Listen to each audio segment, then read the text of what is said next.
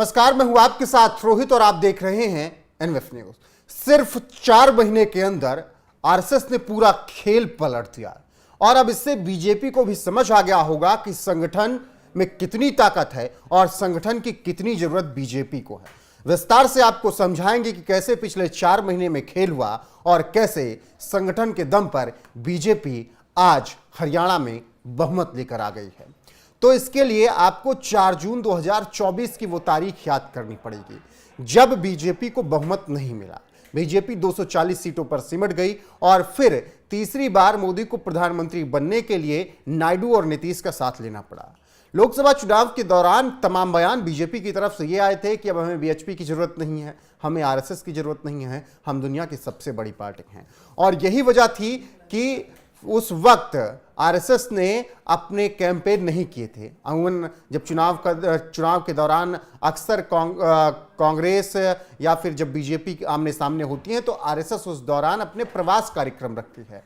Chief जो होता है आरएसएस का, जैसे अभी मोहन भागवत हैं, वो अलग अलग जगह पर जाकर यात्राएं करते हैं और प्रवास के दौरान वो अपनी बातें लोगों तक पहुंचाते हैं। निश्चित तौर पर सबको पता है कि आरएसएस और बीजेपी एक दूसरे के दो पहलू हैं, एक सिक्के के दो पहलू हैं। और निश्चित तौर पर बीजेपी की जो इतनी बड़ी सफलता है वो कहीं ना कहीं आरएसएस की देन है, क्योंकि 2 सीट से 303 सीट तक अगर बीजेपी पहुंची तो उसमें आरएसएस का बड़ा योगदान रहा है।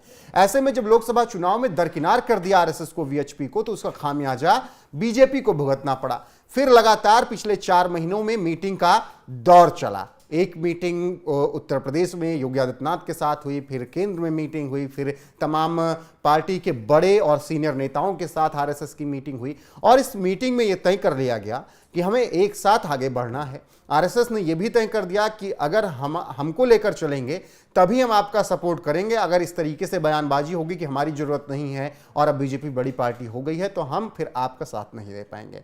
कुछ वक्त तो राजनीतिक विश्लेषक यह भी कह रहे थे कि आरएसएस खड़ा हो गया योगी आदित्यनाथ के साथ और यही वजह है कि मुश्किलें मोदी और शाह की बढ़ रही हैं। लेकिन इन 4 महीनों में कई मीटिंग हुई, आरएसएस ने कई मीटिंग की, हर एक स्तर पर मीटिंग हुई और फिर प्रवास भी आरएसएस के शुरू हो गए। जिस तरीके से आरएसएस पहले काम करती थी उसी तरीके से आरएसएस ने काम करना शुरू किया। उसका नतीजा क्या है कि 50 सीटें लगभग बीजेपी हरियाणा में जीतकर प्रचंड बहुमत के साथ तीसरी बार सत्ता में आ रही है। और आज देखिए, हरियाणा का जब चुनाव हो रहा था, चुनाव प्रचार के दौरान कहीं भी कोई भी बीजेपी का नेता यह कहते हुए नहीं दिखा कि हमें आरएसएस की जरूरत नहीं, हमें वीएचपी की जरूरत नहीं, क्योंकि सबको पता था कि बिना आरएसएस के बीजेपी का चल पाना बहुत मुश्किल होने वाला है। नामुमकिन तो नहीं कह सकते हैं, कोई किसी तरीके से चलेगा, लेकिन बहुत मुश्किल होने वाला था और ये बात वक्त रहते समझ गए मोदी भी और शाह भी। इसी वजह से जो मीटिंगों का दौर चला इन 4 महीनों में ही पूरी तरीके से आरएसएस ने खेल पलट दिया। जम्मू कश्मीर में भी ठीक ठाक प्रदर्शन रहा बीजेपी का, वहां पर 29 सीटें जीतती हुई दिखाई दे रही है और हरियाणा में तो पूरी तरीके से उसने प्रचंड बहुमत हासिल कर लिया और फिर राहुल को वहीं पर लाकर खड़ा कर दिया जहां पर राहुल 4 जून के पहले थे। यानी अब राहुल को एक बार फिर से इस चुनाव के नतीजे के बाद अपने सहयोगियों पर ही निर्भर रहना पड़ेगा। याद होगा आपको 4 जून को जब नतीजे आए तो कहीं ना कहीं समाजवादी पार्टी के दम पर ही इतनी बड़ी जीत हुई थी, कांग्रेस की भी और फिर उनके गठबंधन इंडिया अलायंस की भी। लेकिन अब हरियाणा की हार ने कांग्रेस पर प्रश्न चिन्ह खड़े कर दिए हैं, राहुल पर प्रश्न चिन्ह खड़े कर दिए हैं। राहुल की छवि जो बनाने और सुधारने की सोची जा रही थी उस पर भी प्रश्न चिन्ह है और अब कहा जाने लगा है कि राहुल फिर वहीं पहुंच गए हैं जहां से उन्होंने शुरुआत की थी।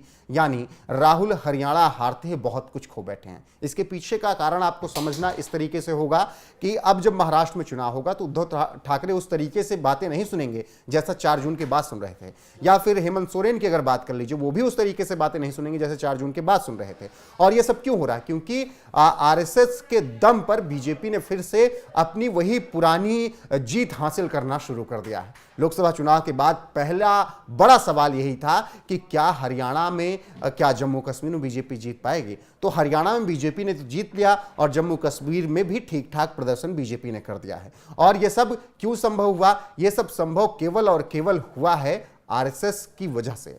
आप देखिए सरसंघचालक मोहन भागवत किस तरीके से लगातार बयान देते नजर आ रहे थे। सरसंघचालक कह रहे थे कि हिंदुओं को एकजुट होना पड़ेगा, अगर हिंदू एकजुट नहीं हुए तो फिर खतरा है, जातियों में, भाषाओं में हमें नहीं बंटना होगा, हमें एकजुट होना होगा। यही बात प्रधानमंत्री नरेंद्र मोदी कहते नजर आए। उन्होंने कहा कि अगर हम बटेंगे तो बांटने वाले मौज काटेंगे, बांटने वाले हमें और काटने का प्रयास करेंगे।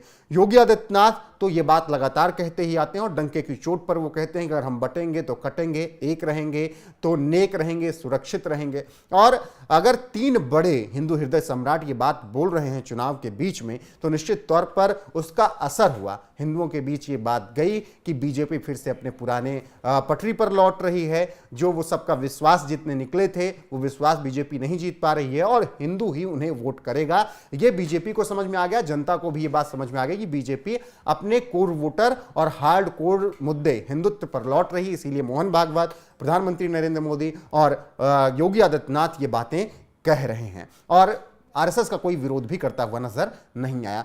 तो अब इससे आप समझ गए होंगे कैसे आरएसएस ने पिछले 4 महीने में पूरा खेल पलटा। तमाम मीटिंगों का दौर, सीनियर नेताओं से बातचीत और फिर चीजें पटरी पर लौटी और उसका नतीजा यह है कि जश्न मनाया जा रहा है हरियाणा की जीत पर। आपको क्या लगता है, क्या ये जीत एक बार फिर से जीवंत कर चुकी है मोदी के उस भौकाल को, उस औरे को?